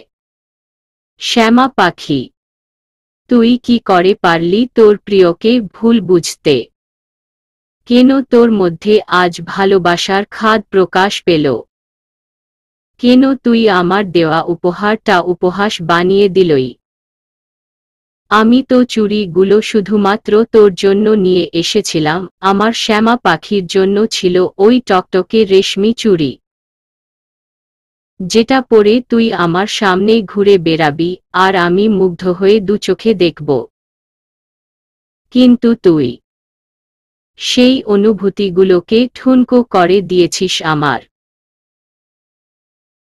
আমি জানি না ওই চুড়িগুলো কথার কাছে কিভাবে গিয়েছে, তবে তুই যে তোর প্রিয়র ভালোবাসা আর দায়িত্বের তফাৎটা করতে পারিস না এখন সেটা বুঝে গিয়েছি। আমি কিন্তু এর জন্য তোকে মাফ করব না কখনো। তুই আমার ভালোবাসাকে ছোট করে দিয়েছিস, তুলনা করেছিস তুই আমার অনুভূতিকে। কথা আর পড়তে পারে না, নোনা পানির ভিড়ে সব ঝাপসা হয়ে আসে।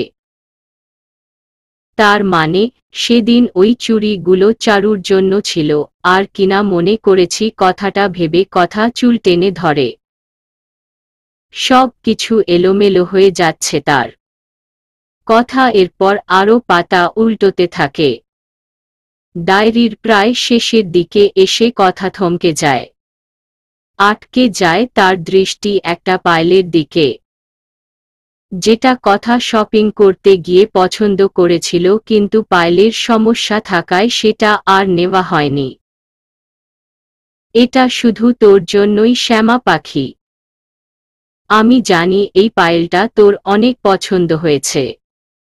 পায়েলটা হাতে নিয়ে তুই যখন আশাভরা চাহনি নিয়ে আমার দিকে তাকিয়েছিলিস, আমি কিন্তু তখনই বুঝে গিয়েছিলাম তোর চোখের ভাষা। আর ঠিক তখনই ওই পায়েলটা তোর নামে বরাদ্দ হয়েছে। জানি না কখনো দেওয়ার সুযোগ আসবে কিনা, তবে এটা যদি কখনো তোকে দিতে পারি সেদিন আমি নিজ হাতে তোকে পরিয়ে দেব। সেদিন চারু আর কথা পায়েলটা রেখে অন্যদিকে গেলে কিয়ান ওই পায়েলটা নেয় আর দোকানদারকে বলে এই সেম জিনিস দিতে, কিন্তু দুর্ভাগ্যবশত একটাই ছিল।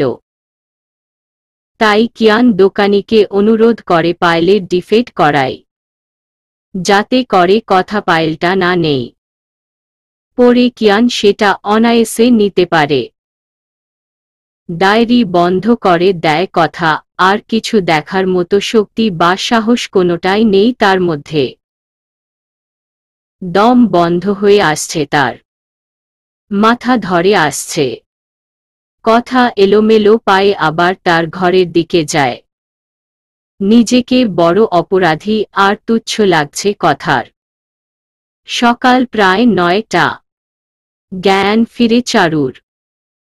সকাল হতেই নেহারুন্নেছা আবার ছুটে এসেছে চারুর কাছে। সামাদ ইহসান, ছানোয়ার ইহসান সবাই এসেছেন আবার হসপিটালে। চারুর জ্ঞান ফিরেছে শুনে সবাই কেবিনে এসে ভিড় জমায়, শুধু আসেনি কিয়ান। চারুর সামনে যাওয়ার মতো মুখ তার নেই। চারু জ্ঞান ফেরার পর চোখ খুলে একজনকে খুঁজে প্রথমে, কিন্তু বরাবরের মতো আশাহত হয় চারু। হতাশাগ্রস্ত হয়ে একটা দীর্ঘশ্বাস ফেলে নেহারুন্নেছা কান্না করছে চারুকে ধরে। নিশ্চুপ চারু, কোনো কিছুতেই যেন তার ভ্রুক্ষেপ নেই। ইচ্ছে করছে তোকে কয়টা থাপ্পড় দিতে, কিন্তু আফসোস নিজের যে হাল করেছিস এর জন্য পারলাম না। তোর কি একবারও মনে হলো না আমাদের কথা? এই যে আমরা তোকে ভালোবাসি এটা কিছু না তোর কাছে, তাই না? আসলে আমাদের কোনো মূল্য নেই তোর কাছে। ওই একজনই সব, যে কিনা তোর ভালোবাসার মূল্য দিতেই পারল না। রেগে বলে কথাগুলো নাভেদ। ভীষণ রাগ হচ্ছে এখন চারুর উপর। চারুর এই অবস্থা দেখে নাভেদ ভেঙে পড়েছিল সবচেয়ে বেশি। চারু কোনো উত্তর বা জবাব দেয় না নাভেদের কথায়। মন ক্ষুণ্ণ হয়ে তাকিয়ে থাকে শুধু। কোনো কিছু ভালো লাগছে না তার। চারু এখন কেমন আছিস মা? কেন তুই এমন একটা করতে গেলি বলতো? তোর কি একবারও এই খালামণির কথা মনে পড়েনি? তোর কিছু হয়ে গেলে আমি কি নিয়ে থাকতাম বলতে পারিস? অপরাধী মুখ করে দূরে দাঁড়িয়ে আছে সামাদ ইহসান। তার তো কোনো মুখই নেই চারুকে কিছু বলার। চারু তার বাবার দিকে তাকায়, চারুর তাকানো দেখে সামাদ এহসানের চোখে পানি চলে আসে, দুই হাত উঁচিয়ে মাফ চাই সামাদ এহসান। কিন্তু মুখে কিছু বলে না। চারুর কষ্ট হচ্ছে তার বাবাকে তার সামনে এইভাবে দেখে। চোখ ফিরিয়ে নেয় চারু তার বাবার দিক থেকে। এতে সামাদ এহসান ব্যথিত হয়। এবার অন্তত একটু শান্তি দে মেয়েটাকে। জ্ঞান ফেরার পর প্রথম তোকেই দেখতে চেয়েছে। ওর ওই সরল চোখের চাহনি বুঝতে কারো অসুবিধা হয় না। ও যে এখনো ওর প্রিয়কে প্রত্যাশা করে সেটা প্রতি মুহূর্তে বুঝিয়ে যাচ্ছে। কিন্তু আফসোস সে মানুষটার কোনো হেলদোল নেই। একটিবার সামনে যাওয়ার ইচ্ছেও হচ্ছে না তার। কিয়ানকে এসে বলে কথাগুলো নাভেদ। নাভেদের কথায় কিয়ান অসহায় চোখে তাকায়। হাত জোর করছি তোর কাছে, এই অবস্থায় মেয়েটাকে অন্তত একটু ভালো থাকতে দে। নাভেদের কথায় কিয়ান চারুর কাছে যায়। দরজার কাছে যেতেই চারু সেদিকে তাকায়। কাঙ্ক্ষিত জিনিসটার দেখা পাওয়ায় স্বস্তি মেলে। শান্তি লাগে ভেতরে তার। ঠোঁটের কোণে মৃদু হাসি যেটা শুধু চারুই উপলব্ধি করতে পারছে। এরপর কিয়ানের দিক থেকেও চোখ ফিরিয়ে নেয় চারু। এতে কিয়ান দুর্বল দৃষ্টিতে তাকিয়ে থাকে। চারুকে বাড়ি নিয়ে আসে বিকালের দিকে। কারণ চারু এখানে থাকতে চায়নি, তাই ডক্টর চারুকে বাড়ি পাঠিয়ে দেয়। তবে চারুর যেন কোনো সমস্যা না হয় সেটা বারবার সতর্ক করেন তারা। দুপুর থেকে কথাকে পাওয়া যাচ্ছে না। কোথায় গেছে কেউ জানে না। নাজমা বেগম চিন্তিত হয়ে আছে। ফোন দিল, ফোন সুইচ অফ দেখাচ্ছে। বাড়ির সবাই এখন কথাকে নিয়ে ব্যস্ত। কিয়ানো বুঝতে পারে না কথা কোথায় যেতে পারে। 1 মাস পর বাড়ির ছাদে গোধূলি বিকেলে পাশাপাশি বসে আছে কিয়ান আর চারু। চারুর মুখে চওড়া হাসি আর কিয়ান মুচকি হাসি ঠোঁটের কোণে রেখে দূর আকাশে দৃষ্টি রেখে আছে। চারুর আখিপল্লব আবদ্ধ তার প্রিয়তে। যত দেখে ততই যেন কম মনে হয় তার কাছে। কি আছে এই মানুষটার মধ্যে চারু আজও বুঝে ওঠেনি। কেন এত মায়া, এত অনুভূতি এই মানবকে ঘিরেই তার প্রশ্ন বারংবার করেছে চারু নিজেকে। কিন্তু উত্তর মেলেনি। শুধু একটাই জবাব এসেছে ভেতর থেকে, ভালোবাসি তাই ভালোবেসে যায়।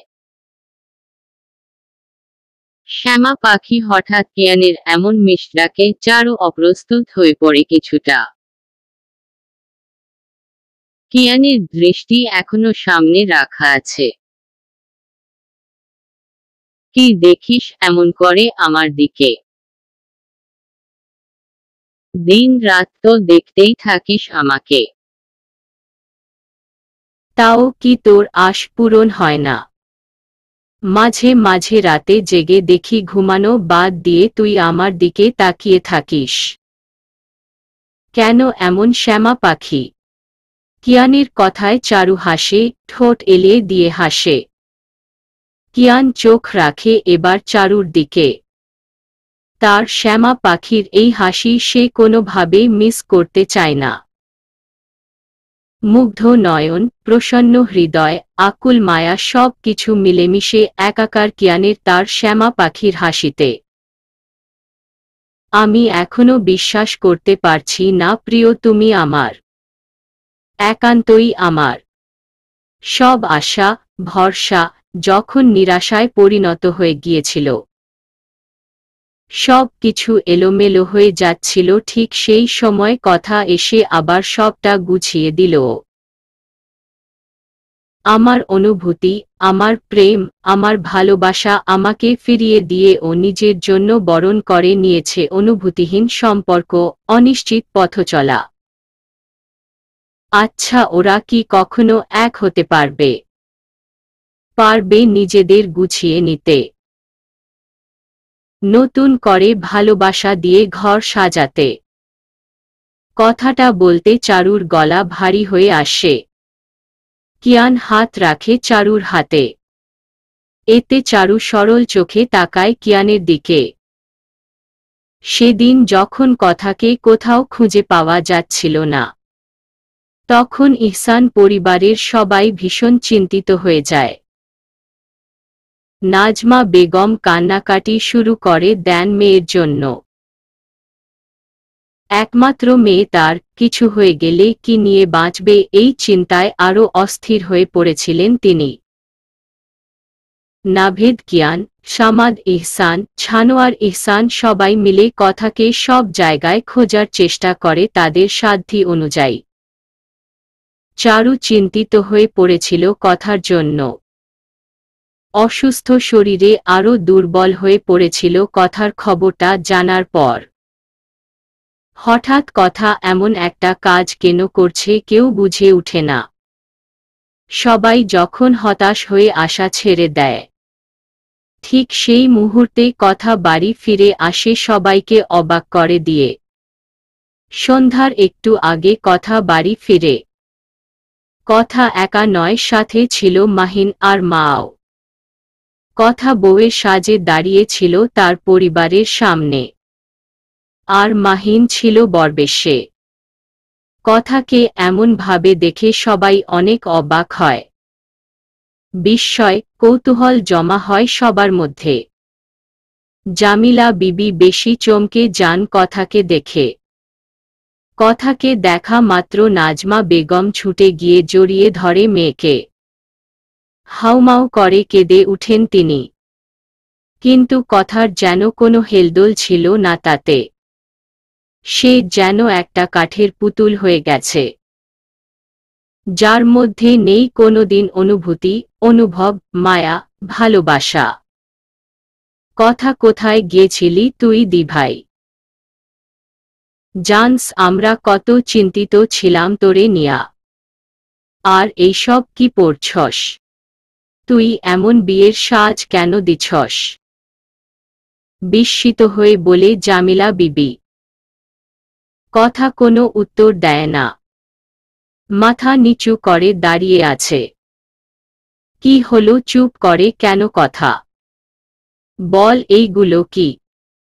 তুই বউ সেজে কেন? নাজমা বেগম বলে কথাকে ঝাঁকিয়ে। আমি মাহিনকে বিয়ে করেছি মা। কথার এই ছোট কথা সবার মধ্যে চমক লাগিয়ে দেয়। সবার ভ্রু আপনা আপনি কুঁচকে আসে। অস্ফুট স্বরে মুখ দিয়ে বেরিয়ে আসে কি? জামিলা বিবি কিংকর্তব্যবিমূঢ় হয়ে তাকিয়ে থাকে। কথাটা কিয়ানের কর্ণপাত হতেই কিয়ান কেঁপে উঠে। অপ্রত্যাশিত কিছু পেয়ে যাওয়ায় অবাক থেকে অবাকের শেষ পর্যায়ে অবস্থান করেন সে। নাভেদের ঠোঁটের কোণে আপনা আপনি হাসি লেগে যায়। এইসব কি বলছিস তুই কথা? মানে কি বলছিস তুই, ভেবে বলছিস? বলা নেই কওয়া নেই, তুই বাড়ি থেকে গিয়ে হুট করে বিয়ে করে এসেছিস মানে কি? তোর না কিয়ানের সাথে বিয়ে হওয়ার কথা ছিল? ছানোয়ার ইহসানের কথায় কথা ছলছল চোখে কিয়ানের দিকে তাকায়। দীর্ঘশ্বাস বেরিয়ে আসে কিয়ানকে দেখে। আসলে আঙ্কেল, আমি আর কথা দুজন দুজনকে ভালোবাসি, কিন্তু আমরা বলতে পারছিলাম না এই কথাটা আপনাদের।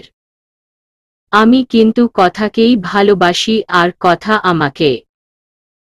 কিন্তু সেদিন আমার বাবা মা ভুল করে চারুলতার সাথে কথাটা বলতে গিয়ে মাহিন থেমে যায়। নিঃশ্বাস ভারী হয়ে আসছে যেন তার। মাহিন নিজেকে সামলে নিয়ে বলে, ভুল করে চারুলতার সাথে আমার বিয়ের প্রস্তাব দেয়।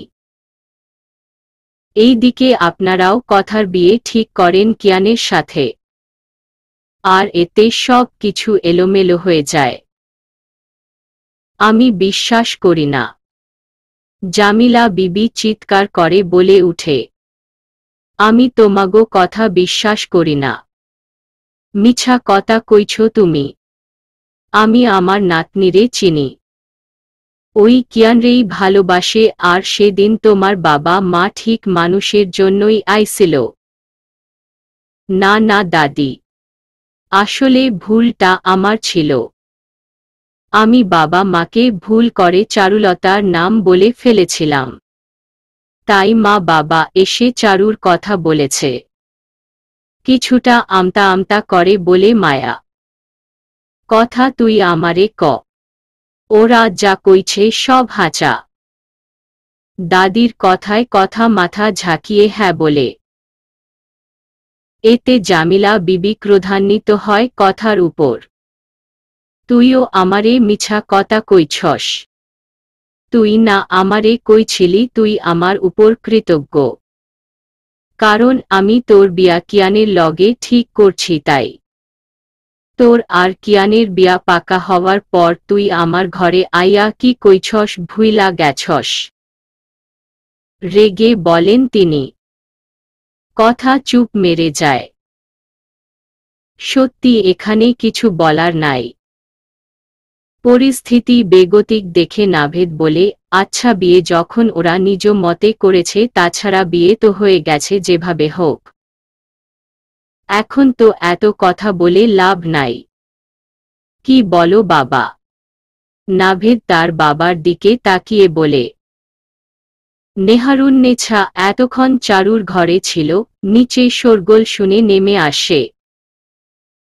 কথাকে এমন সাজে দেখে তিনিও অবাক হয় অনেক। তুমি যখন নিজের জীবন নিজের মতো করে গুছিয়ে নিয়েছ, এখানে আমাদের আর কিছু বলার নেই।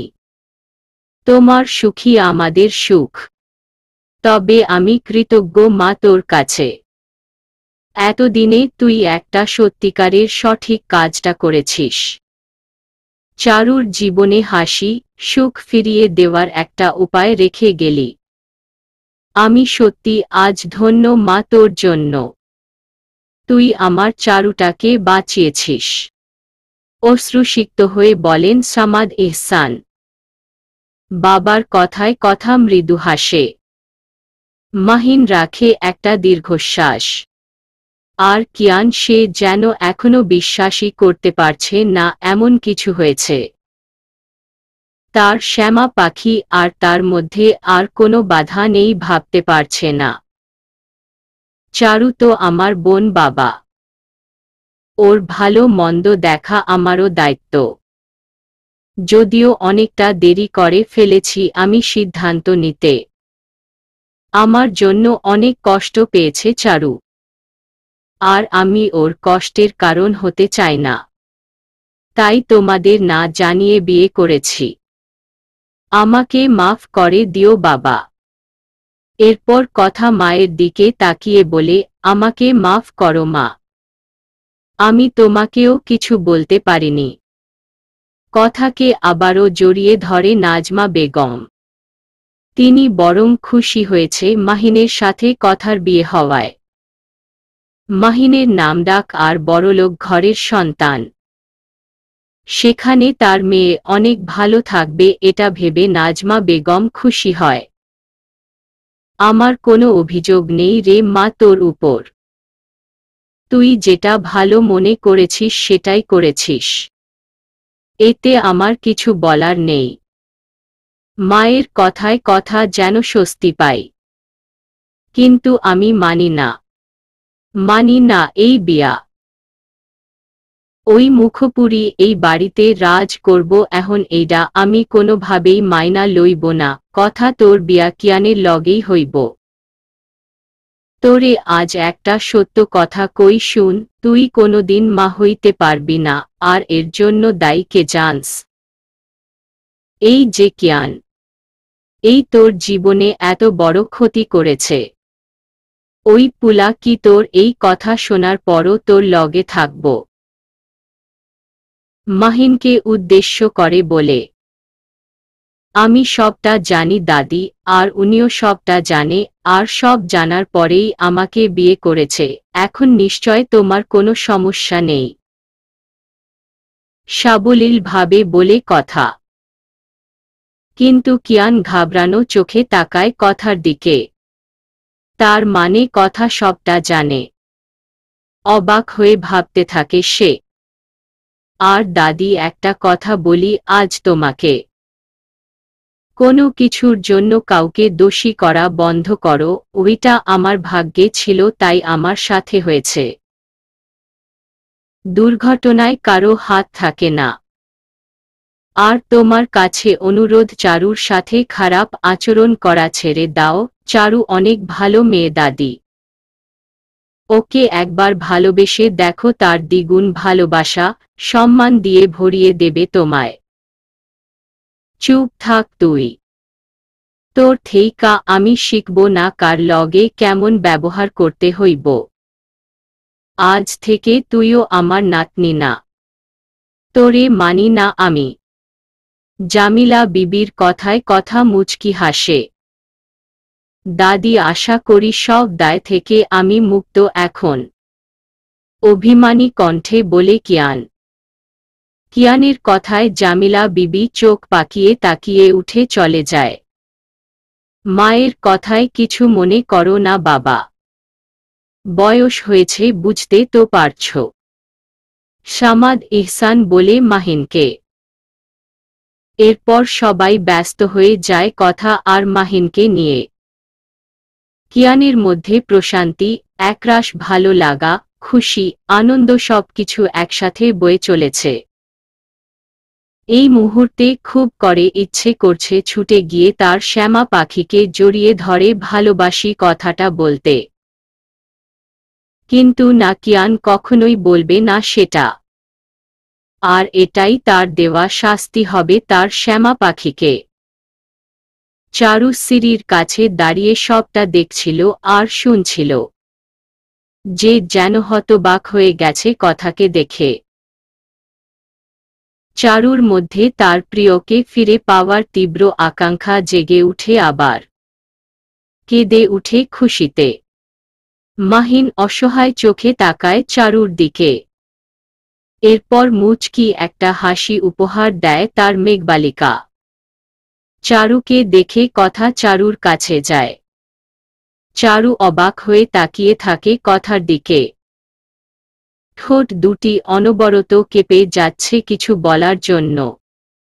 কিন্তু চারুর কোনো কথা যেন আসছে না। কথা চারুর সামনে গিয়ে চারুর হাত দুটো মুঠোয় বন্দি করে নিয়ে বলে, ফিরিয়ে দিয়ে গেলাম তোমার প্রিয়কে। আঁকড়ে রেখো তোমার ভালোবাসাকে।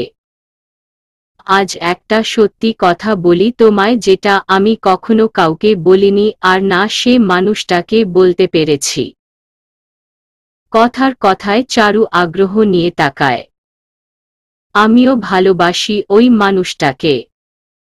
তোমার প্রিয়র অনুভূতি আমার হৃদয় জুড়ে। কথাটা শোনা মাত্র চারু চমকে উঠে বড় বড় চোখ করে তাকায়। ভয় পেয়েও না চারু, আমি কখনো আসব না সে ভালোবাসার দাবি নিয়ে। আমি জানি উনাকে তোমার মতো করে ভালোবাসতে আমি কখনোই পারতাম না। ওই মানুষটা শুধুই তোমার অধিকার। সবচেয়ে বড় কথা, ওই মানুষটাও যে তোমাকে ভালোবাসে চারু। তোমার মতো করেই ভালোবাসে সে তোমাকে। কথাটা বলতে গিয়ে কথার চোখ ভিজে আসে। কিন্তু চারু যেন অবাকের পর অবাক হয়ে যাচ্ছে আজ। মনে হচ্ছে আর তার চমক পাওয়ারই দিন শুধু।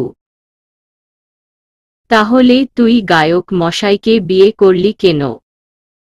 তুই তো উনাকে ভালোবাসিস না।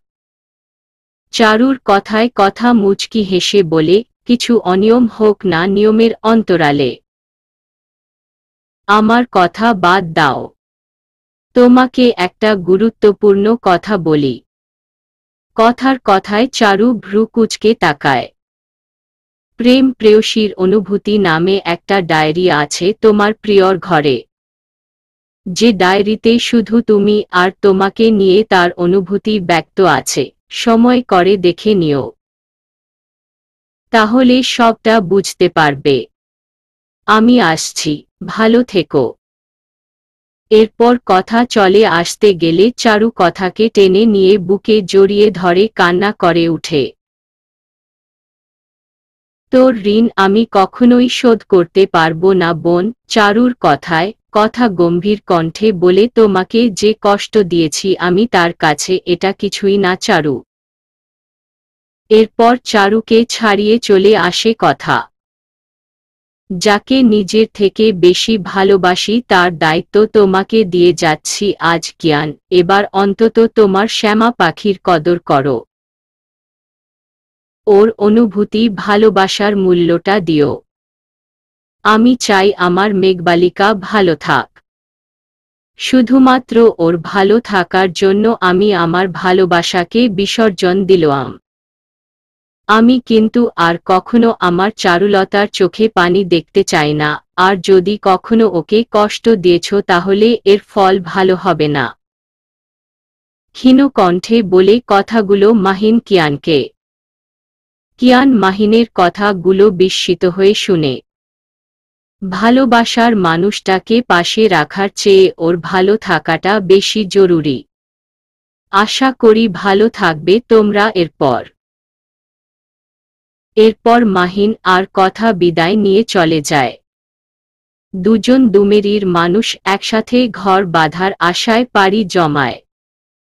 যদিও জানা নেই তাদের গন্তব্য কোথায় আর কত দূর। কিন্তু প্রিয় মানুষগুলো ভালো রাখার তাগিদে আত্মবলি দিতে একবারও দ্বিধাবোধ করেনি তারা। কিয়ানের ডায়েরিটা পড়ার পর কথা সিদ্ধান্ত নেই সে মাহিনকে সবটা জানাবে। এরপর মাহিনকে বিয়ে করে সব কিছু ঠিক করে দেবে। যদি মাহিনের ভালোবাসা সত্যি হয় চারুর প্রতি তাহলে মাহিন চারুর সুখের জন্য সব করতে পারবে। এরপর কথা যখন সব জানায় মাহিনকে, তখন মাহিন একটিবারের জন্য সংকোচ জানায়নি। কারণ সে চায় তার মেঘবালিকা ভালো থাক তার প্রিয় মানুষটাকে নিয়ে। এরপর চারু কিয়ানের ডায়েরিটা পড়ে। কিয়ানের যত অনুভূতি ছিল তার প্রতি সব জানার পর চারু সেদিন অঝোরধারায় কান্না করেছিল। আর সেটা ছিল সুখের কান্না, প্রাপ্তির কান্না, তৃপ্তির কান্না। চারু ডায়েরিটা নিজের কাছেই রেখে দিয়েছিল কিয়ানের অগোচরে। হসপিটাল থেকে শুরু করে চারু বাড়ি এসে পর্যন্ত কিয়ানের সাথে কথা বলে না। এতদিন তার অনুভূতিগুলো লুকিয়ে রাখার শাস্তি চারু দিতে চাই। তাকে ভালোবাসার পরও তাকে অবহেলা করা, দূরে রাখা সব কিছুর হিসাব তো দিতেই হবে কিয়ানকে। এই দিকে কিয়ান মরিয়া হয়ে উঠে চারুর সাথে কথা বলার জন্য। চারুর অবহেলা কিয়ানকে কষ্ট দিতে শুরু করে। চারুর চুপ থাকা, দূরে দূরে থাকা সব কিছু কিয়ানকে হতাশ করে দেয়। ভেঙে পড়ে অনেক। নাভেদ, নেহারুন্নেছা সবাই মিলে মজা নেই কিয়ানের অবস্থা দেখে। কারণ চারু তাদের সবটা জানিয়েছিল। নাজমা বেগম এখন চারুর সাথে বেশ ভালোভাবে কথা বলে। নিজের মেয়ে দূরে থাকায় মেয়ের অভাবটা সে খুব ভালো করে ফিল করে। কিয়ান সিদ্ধান্ত নেই তার লেখা ডায়েরিটা চারুর হাতে দেবে। তার মনের কথাগুলো চারু যেন ডায়েরির মাধ্যমে জানতে পারে। তাহলে হয়তো চারুর অভিমান কমলে কমতে পারে সব জানার পর। কিন্তু ডায়েরি খুঁজতে গিয়ে কিয়ান আরেক দফা হতাশ হয়। সারা ঘর তন্ন তন্ন করে খুঁজে পায় না। পাবে কিভাবে? ডায়েরি তো চারুর কাছে বন্দি আছে। কিয়ান উপায়ন্তর না পেয়ে সিদ্ধান্ত নেয় সে নিজ মুখে চারুকে ভালোবাসার কথা জানাবে, তার অনুভূতি প্রকাশ করবে। এরপর চারুকে নিয়ে একদিন সে ছাদে যায়। চারু যেতে চায় না, জোর করে তুলে নিয়ে যায়। ততদিনে চারু বেশ ভালো রকমই সুস্থ হয়ে উঠে। কিয়ান যখন তার ভালোবাসার কথা বলে অনুভূতিগুলো উপস্থাপন করে চারুর সামনে, চারু কিয়ানকে জড়িয়ে ধরে কান্না করেছিল। অনেক কান্না করেছিল সেদিন। কিয়ান এতে বাধা দেয়নি সেদিন, কারণ সে চায় তার শ্যামা পাখি যত কান্না আজই শেষ হয়ে যাক। এরপর আর কখনো কাঁদার সুযোগ সে দেবে না। এরপর বাড়ির সবার মতামত অনুযায়ী চারু আর কিয়ানের বিয়েটা ধুমধামে হয়। কিন্তু জামিলা বিবি সে কোনোভাবে রাজি ছিলেন না কোনো কিছুতে। নিজেকে এখন ঘরের মধ্যে আবদ্ধ রাখে সব সময়। তার পরিবারের প্রতিটি মানুষের প্রতি রাগ আর অভিমান জমা হয় অনেক। কথার সাথে আর কোনো যোগাযোগ করেননি তিনি। এতে অবশ্য কারো কোনো কিছুতে যায় আসেনি, সবাই তো অনেক খুশি সবটা ঠিকঠাক হওয়াতে। সব কিছু ভেবে চারু একটা দীর্ঘশ্বাস ছাড়ে। কিয়ান চারুর দুই গালে হাত রেখে বলে, পুরনো কথা ভাবছিস নিশ্চয়। চারু মুচকি হেসে বলে, আমার মেঘলা আকাশে জমে থাকা মেঘপুঞ্জ তুমি, তুমি আমার তপ্ত দুপুরে উড়ো চিঠির ডাকপিয়ন, আমার হৃদয়ে জুড়ে তোমার ভালোবাসার সুর, তুমি আমার চিলেকোঠায় জ্বলে ওঠা এক মুঠো রোদ্দুর। মুচকি হাসে কিয়ান। এরপর সাদরে আগলে নেই তার শ্যামা পাখিকে।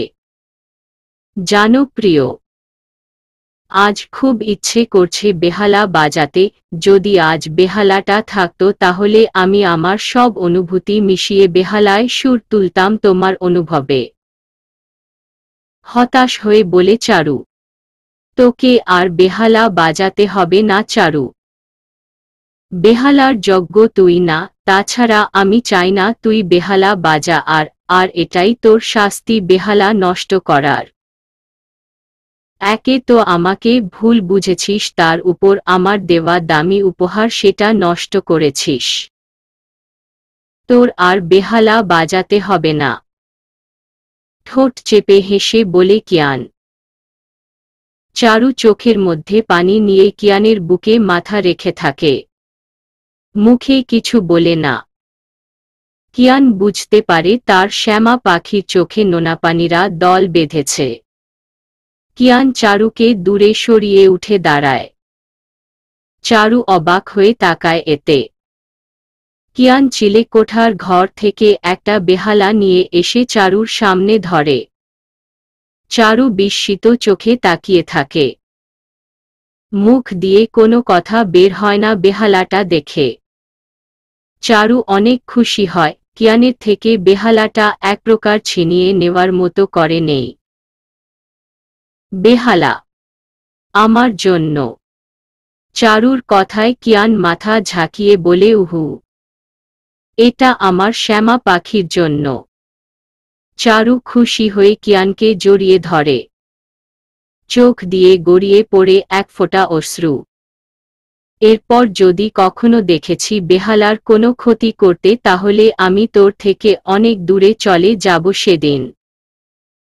কিয়ানের কথায় চারু ভয়ার্ত চেহারায় তাকিয়ে বলে, এমনভাবে বলো না প্রিয়, আমি বাঁচতে পারবো না। আচ্ছা, এবার আপনার বেহালার সুর শুনতে পারি। কতদিন হলো তোর বেহালায় সুর উঠে না, উদাস হয়ে বলে কিয়ান। চারু কিয়ানকে নিয়ে আবারও বসে যায়। কিয়ানের বুকের সাথে পিঠ ঠেকিয়ে বসে আবারও বেহালায় সুর তুলে এক মনে। কিয়ান মুগ্ধ হয়ে তার শ্যামা পাখির বেহালার সুর অনুভব করছে।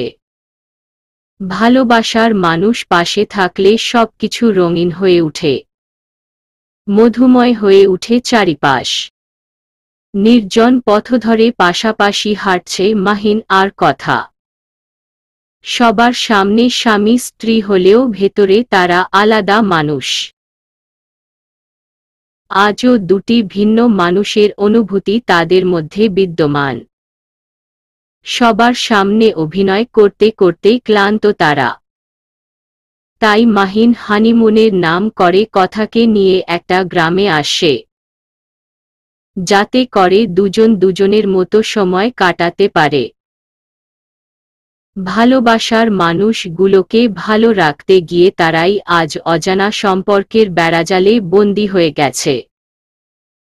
হয়তো কখনো নতুন অনুভূতির সাথে পরিচিত হবে তারা, একে অপরের মায়ায় আবদ্ধ হবে। হয়তো কখনো হুট করে ভালোবাসারা এসে দুজনকে মিলিয়ে দিয়ে যাবে। আর নয়তো দুজন দুপ্রান্তের মানুষ হয়ে দুটি ভিন্ন মানুষকে ভালোবাসার জল্পনা কল্পনা নিচে বেঁচে থাকবে। নাভেদ আর মায়া এখন একে অপরের প্রেমে হাবুডুবু খাচ্ছে। সকল অভিমান শেষ করে তারা নতুন সম্পর্কে আবদ্ধ হয়েছে। পূর্ণতার স্বাদ গ্রহণ করল দুটি মানুষ। দুটি মানুষের অনুভূতি। ভালোবাসার মানুষগুলোকে ভালো রাখতে নিজ আত্মত্যাগ করে অনিশ্চিত পথ চলা শুরু করেছে দুটি প্রাণ। সবকিছুর ঊর্ধ্বে যে ভালোবাসার স্থান সেটারই প্রমাণ দিয়ে গেল এই চরিত্রগুলো। সমাপ্ত।